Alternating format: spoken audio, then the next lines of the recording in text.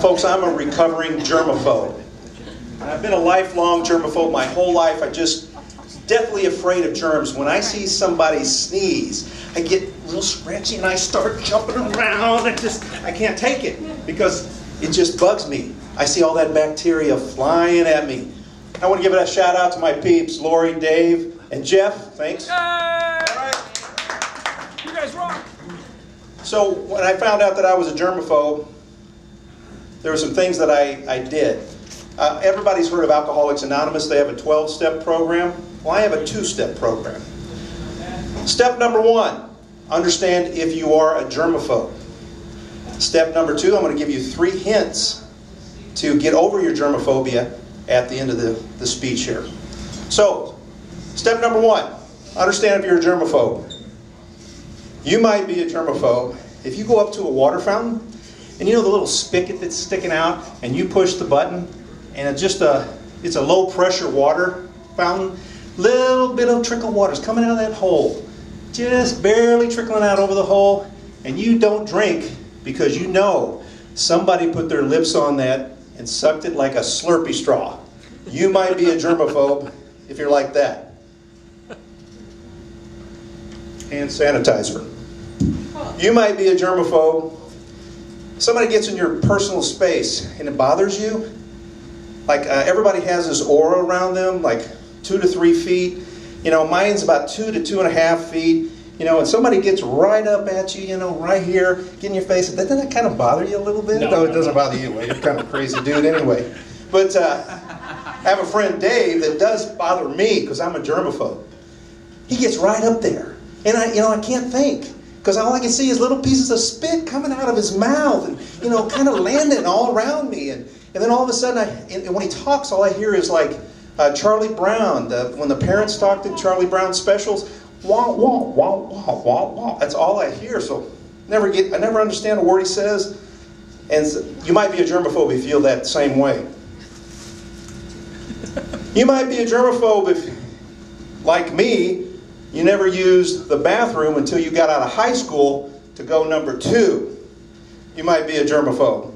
You might be a germaphobe if you go bowling, and when you go bowling, you take your own bowling ball and your own bowling shoes because 5,000 people have stuck their fingers in that bowling ball. What's in that hole?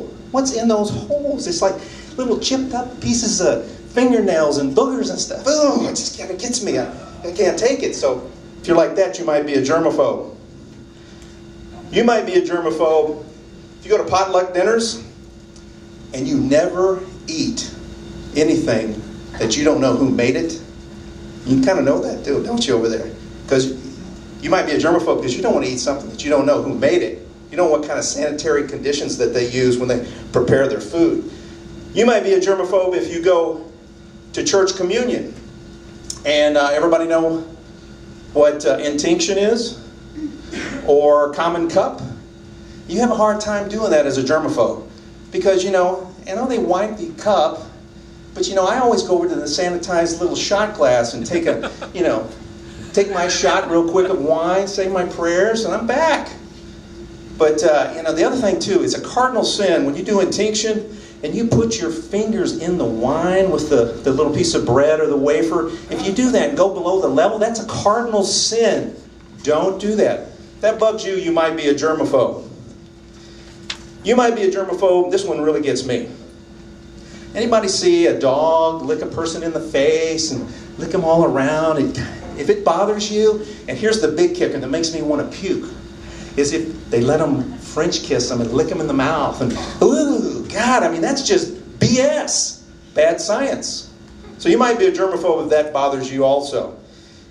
And finally, you might be a germaphobe also if you never eat anything out of your in-laws' refrigerator. Because the in-laws, they got penicillin growing in that refrigerator. There's moss growing in there. They save everything. There's little pieces of corn kernels, 3 corn kernels they save in a Tupperware bowl, and it just gets all this mold growing all over it. I once found Parmesan cheese that was 10 years past its expiration date. How long is Parmesan cheese supposed to last? 40, 50 years?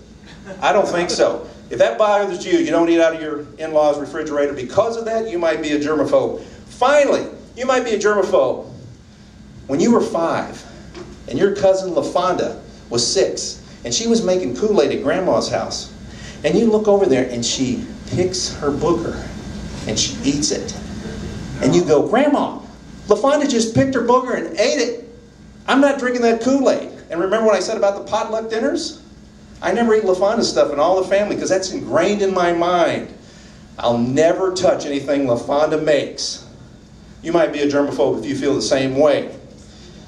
So I said at the beginning, I have 3 ways to help you overcome germophobia.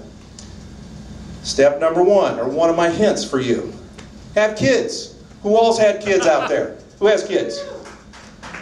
Okay, a few. Okay, get busy. Anyway, kids, you get peed on, pooped on, vomited on. I drove 10 miles one time. I caught my kids' vomit in my hand and drove 10 miles.